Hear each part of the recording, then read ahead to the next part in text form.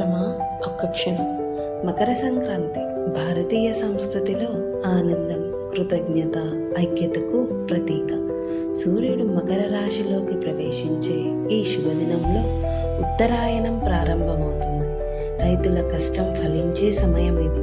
భూమికి, పంటలకు, ప్రకృతికి ధన్యవాదాలు చెప్పే పండుగ సంక్రాంతి. భోగి మంటలు పాత బాధలను దహనం చేసి కొత్త ఆశలకు స్వాగతం పలుకుతాయి.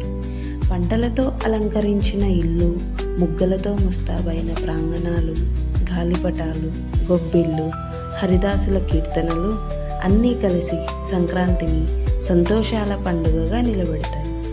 కుటుంబాలు ఒక్కటై ఆనందాన్ని పంచుకునే ఈ పర్వదినం మన సంస్కృతి గొప్పతనాన్ని గుర్తు చేస్తుంది.